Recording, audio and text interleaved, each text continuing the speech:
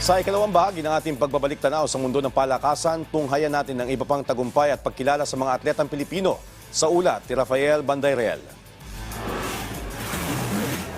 Patuloy naman ang pag-angat at paghusay ng Filipina tennis sensation na si Alex Ayala. Dalawang International Tennis Federation events ang pinangunahan ni Ayala ngayong season na kinabibilangan ng W25 Yekla sa Spain noong Hulyo at ang W25 Roehampton sa Great Britain nito namang Agosto. Bukod naman sa kanyang kabuuang 4 na ITF titles, nakasungkit din si Ayala ng 2 bronze medals sa kanyang Asia debut noong Setyembre.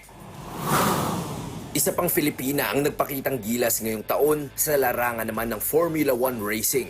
Ito ay matapos na hirangin ng F1 Academy racer na si Bianca Bustamante bilang pinakaunang babae na napabilang sa McLaren Driver Development Program. Matatandaang nagsimulang umingay ang pangalan ng teen racer sa motorsports matapos niyang makuha ang titulo sa inaugural F1 Academy season na ginanap sa Valencia, Spain noong Mayo.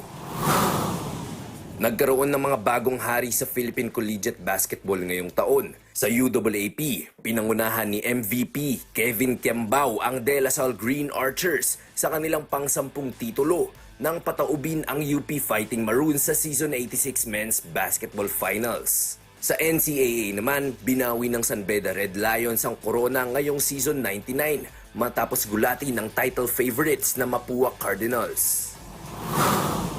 Pilipinas pa rin ang malakas sa Mobile Legends Bang Bang matapos pagharian ng AP Bren ang M5 World Championship kamakailan sa Rizal Memorial Sports Complex. Sa championship match na umabot sa winner-take-all Game 7, pinadapa ng Bren ang Onyx Esports para maging pinakaunang kupunan sa kasaysayan na makakuha ng World Championship bilang host country.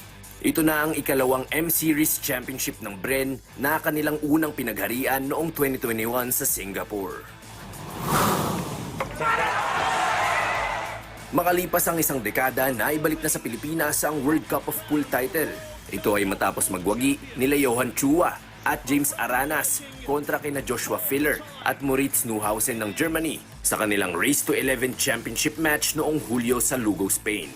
Dahil sa ika-4 na titulo mula kay Aranas at Chua, Pilipinas na ang may pinakamaraming kampyonatong nakuha sa World Cup of Pool.